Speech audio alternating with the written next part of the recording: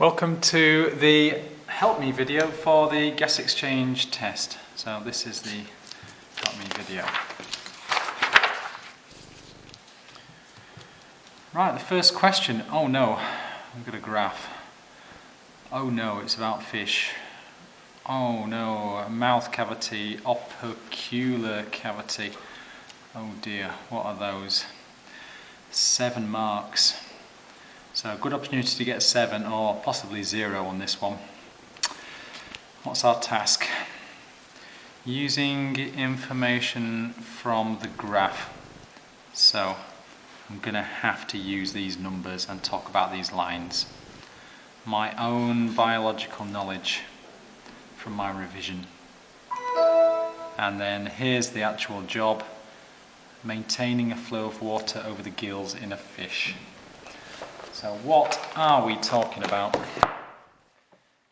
Here's a fish, and we are maintaining this flow of water over these gills. So things that we can possibly talk about: mouth opening and closing. We've got the mouth cavity there, so this mouth cavity can contract or expand with the floor of the cavity moving up and down. We've got an opercular cavity there, and we've got the opercular valve or operculum at the side, and there's the gills. So what do we need to do? We need to identify different portions of this graph and what's happening. So for example, from 0 to 0.3 seconds, something's happening. So describe what's happening to that line and why that's happening. You need to talk about volumes and pressures. So volumes and pressures as to why water will move. Then something else appears to be happening from 0.3 to 0.5, that line's going down. So again, what's opening or closing or moving?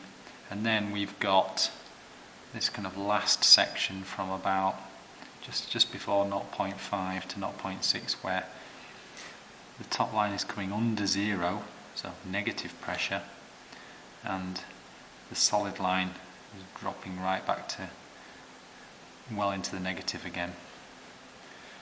So describe the lines on the graph using the timings, relate those to things opening, closing, volumes increasing or decreasing, pressures increasing or decreasing, and there are actually 11 things you could say, and hopefully you hit 7 of them.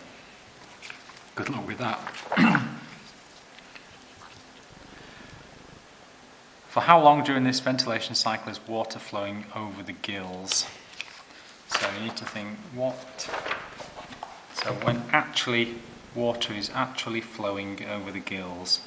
So maybe water's going in but not actually flowing over the gills. So you need to think about when the pressure is enough to force water over the gills. So a hard start to this test. Part B, we've got something you may be a little bit more familiar with. Certainly there's a Moodle question that's got this diagram in. And we've got the gill lamellae. And we've got, there's our gill. These are the gill filaments, and these filaments have got lamellae. And here in the textbook we can see water flowing one way and blood flowing the other way.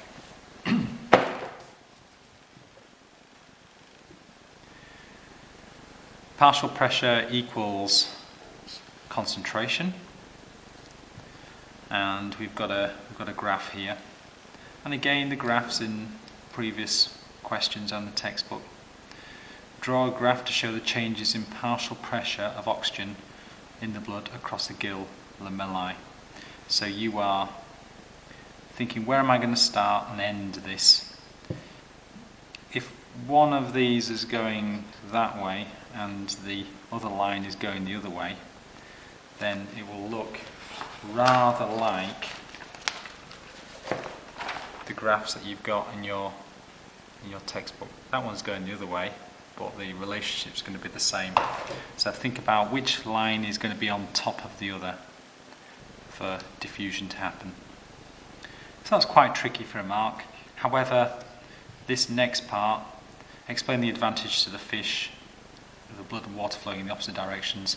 This is a statement that's in all of the previous mark schemes and your notes. You just, what happens across, all the way across this lamella? That's the answer there.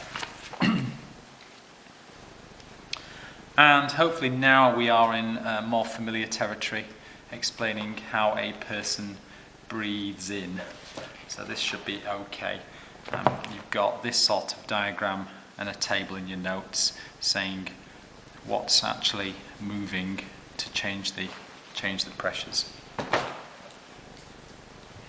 So we want to know what's contracting, and so think of the different names of the muscles, and what's happening to them, which direction are they going in, and what's happening to our volumes and pressures again.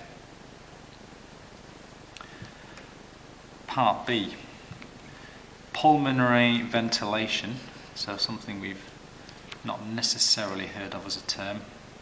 Breathing rate, okay, so many breaths per minute. Tidal volume, so we've met that and we're going, right, what is that? Tidal volume is the volume of air breathed in and out in one breath. So just how much air goes in and then goes out again. And we've got some data here and differences here, resting and after exercising. Breathing rate, we just look at some trends. Breathing rate appears to increase. Pulmonary ventilation appears to increase. Okay. Calculate the tidal volume of the athlete at rest. So the tidal volume, well, if there's three things in this equation, and we're given two of them, hopefully you can rearrange an equation to give tidal volume. So it's just rearranging a simple equation, and it's just a simple division. Part B, calculate the percentage increase in pulmonary ventilation after vigorous exercise. So percentage increase. Once you can do 1% increase, you can do every percentage increase. So here's the increase from 7,500 to 135,000. So what percentage increase have we got? And the equation that you're going to use for percentage increase is always the same. So percentage increase equals the actual increase divided by the starting value times by 100. So what's the increase there? So it's going to be that one take away that one. What's the start value? The start value is there, times by 100. That'll give you a percentage increase. And you can use that for any percentage change calculations in biology. It'll always work.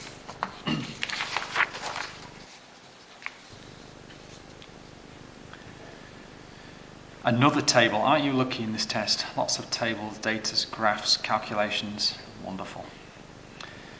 Percentage of gases in inhaled and exhaled.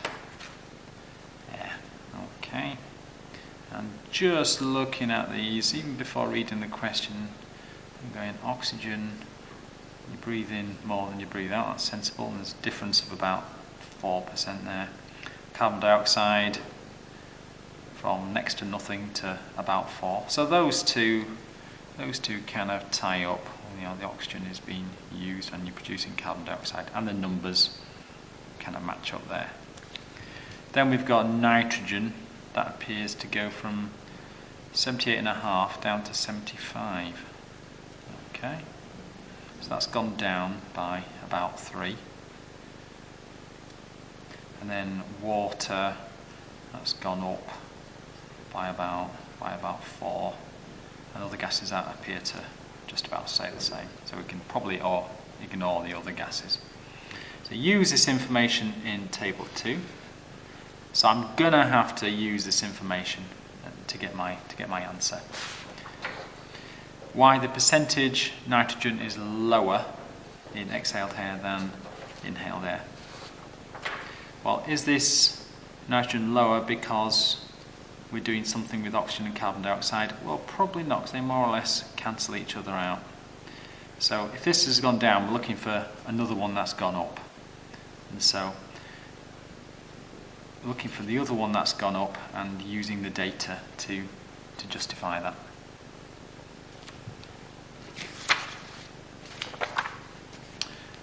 And the last question, we've got a nice missing words, which it should be okay. We don't need much help. That's just revision. Okay, good luck with your corrections.